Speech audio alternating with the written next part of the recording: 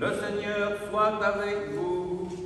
Et avec votre esprit. Évangile de Jésus-Christ selon saint Luc.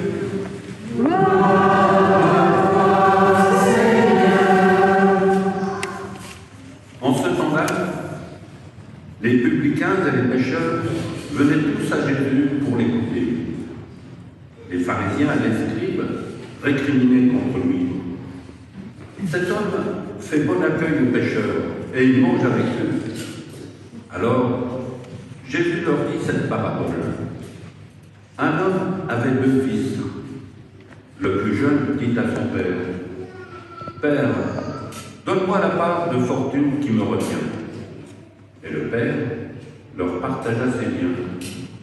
Peu de jours après, le plus jeune rassembla tout ce qu'il avait et partit pour un pays lointain où il dilapida sa fortune en menant une vie de désordre. Il avait tout dépensé quand une grande famine survint dans ce pays et il commença à se trouver dans le besoin. Il alla s'engager auprès d'un habitant de ce pays. Il l'envoya dans ses champs garder des porcs.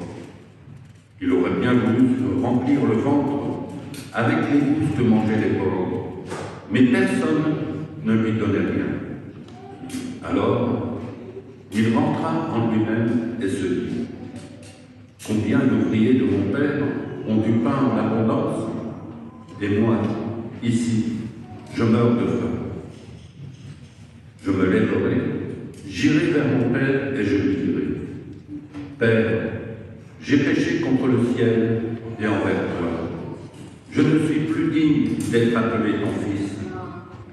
Traite-moi comme l'un de tes ouvriers. » Il se leva et s'en alla vers son père. Comme il était encore loin, son père l'aperçut et fut saisi de compassion. Il courut se jeter à son cou et le couvrit de baisers. Le fils lui dit, « Père, j'ai péché contre le ciel et envers toi. Je ne suis plus digne d'être appelé ton fils. » Mais le père dit à ses serviteurs, « Vite, apportez le plus beau vêtement pour l'habiller. Mettez-lui une bague au doigt et des sandales aux pieds. Allez chercher le veau gras, tuez-le. Mangeons et festoyons. Car mon fils que voilà était mort, et il est revenu à la vie. Il était perdu, et il est retrouvé. » Et ils commencèrent à festoyer. Or, le fils aîné était au champ. Quand il revint et fut près de la maison, il entendit la musique et les danses. Appelant un des serviteurs, il s'informa de ce qui se passait. Celui-ci répondit, « Ton frère est arrivé, et ton père a tué le veau gras, parce qu'il a retrouvé ton frère en bonne santé. » Alors le fils aîné se mit en colère, et il refusait d'entrer. Son père sortit le supplier, mais il répliqua à son père, « Il y a tant d'années que je suis à ton service, sans avoir jamais transgressé tes ordres, et jamais tu ne m'as donné un chevreau pour festoyer avec mes amis. Mais quand ton fils que voilà est revenu, après avoir dévoré ton bien avec les prostituées, tu as fait tuer pour lui le veau gras. » Le père répondit, « Toi, mon enfant, tu es toujours avec moi, et tout ce qui est à moi est à toi. Il fallait festoyer et se réjouir, car ton frère que voilà était mort, et il est revenu à la vie. Il était perdu, et il est revenu. » Acclamons la parole de Dieu. Louange à toi, Seigneur Jésus. Nous l'appelons la parabole du fils prodigue. Prodigue, ça veut dire qui a fait n'importe quoi.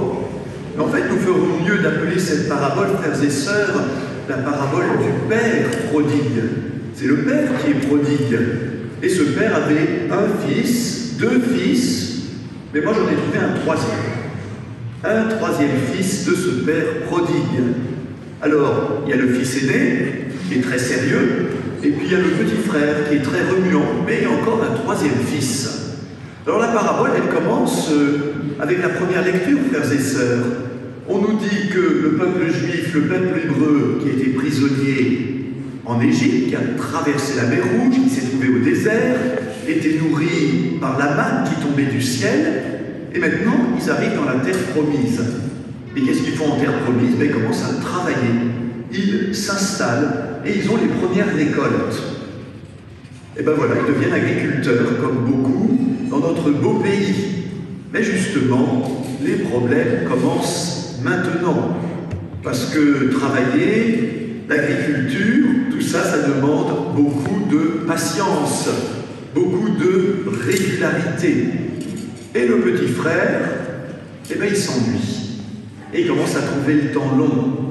Et il s'ennuie tellement chez son père qu'un jour il dit « Papa, donne-moi ma part d'héritage. Je m'ennuie chez toi, je veux aller vivre ma vie ailleurs. » Ben, frères et sœurs, c'est assez violent. Dire à son père ou à sa mère « Donne-moi ma part d'héritage », ça veut dire « Tu es mort. Je te considère déjà comme mort. » Voilà, accélérons un peu le processus. Ce père aurait pu se mettre en colère. Il y avait de quoi. Et non. Il dit, tu veux y aller? Prends ta part d'héritage et va vivre ta vie. Va découvrir par toi-même si l'herbe est meilleure dans le pré d'à côté. Il y a une petite leçon pour vous, frères et sœurs. Je sais que beaucoup vivent durement. Par exemple, le fait qu'un enfant, un petit enfant, petit-fils, petite-fille, s'éloigne de la religion, s'intéresse plus, vient plus à la messe, etc. Laissez faire. Cherchez pas à retenir avec des bretelles à tout prix. Dieu nous laisse libres. Tu veux voir si c'est mieux sans? Vas-y, essaye, je ne t'en veux pas. Va vivre ta vie. Alors c'est ce que fait le fils prodigue, il a pris l'argent, il va faire la fête dans un pays d'illusion qui ressemble un peu à l'Égypte. En fait, quand on n'a plus d'argent, eh bien, on se retrouve esclave. On n'a plus d'amis, on n'a plus de moyens. Il va garder les pauvres, il ne peut même pas se nourrir de ce qu'on leur donne. Alors à un moment, ben, vous voyez que ce fils prodigue, ce fils qui a dilapidé l'héritage, on pourrait dire aujourd'hui l'héritage chrétien, à un moment il se rend compte qu'il est dans une impasse.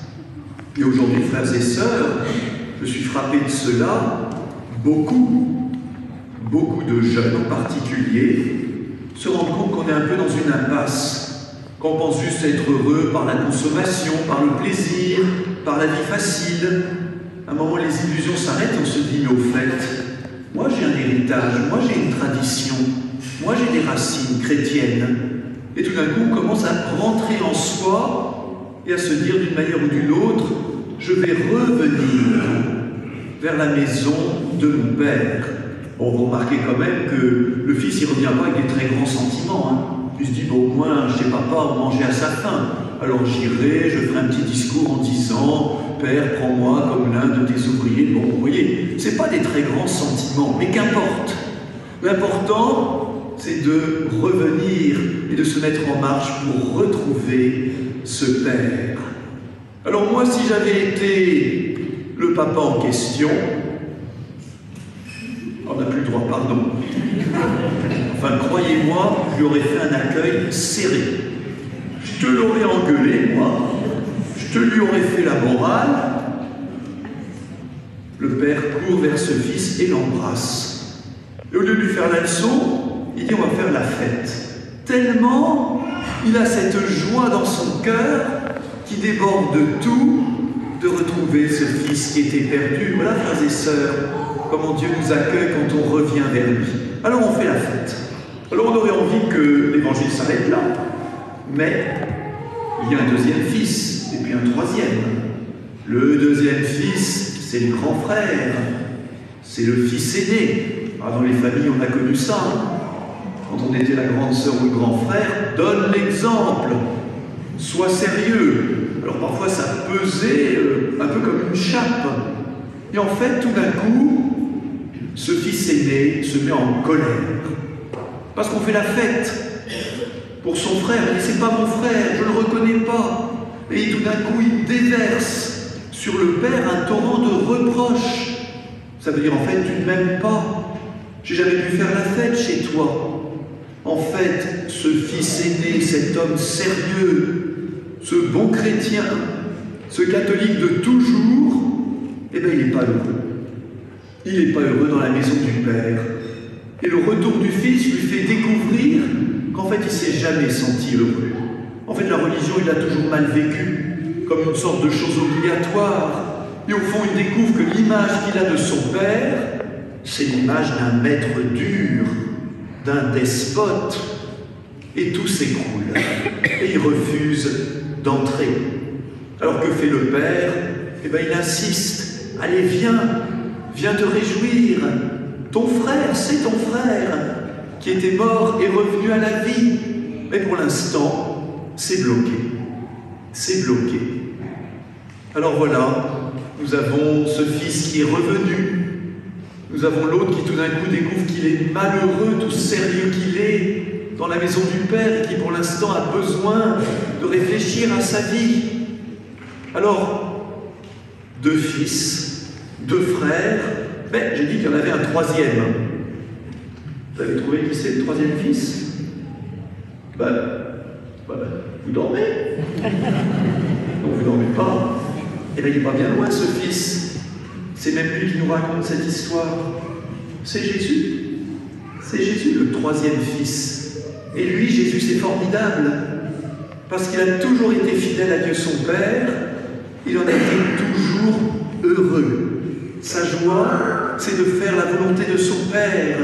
Donc, frères et sœurs, heureusement, on n'est pas condamné à être soit le fils qui s'en va parce qu'il en a assez qui claque la porte, soit le fils aîné qui est là mais qui se dit « Oh là là, en fait, moi aussi je m'ennuie ». Nous sommes invités, bien sûr, à vivre, frères et sœurs, de cette joie de Jésus qui est heureux d'être dans la maison du Père. Alors, pour terminer, la bonne nouvelle, c'est que Dieu aime chacun de ses enfants.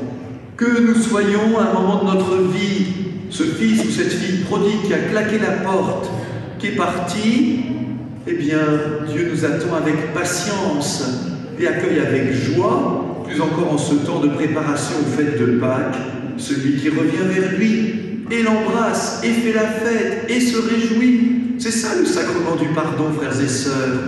C'est une joie que Dieu vient déverser sur nous.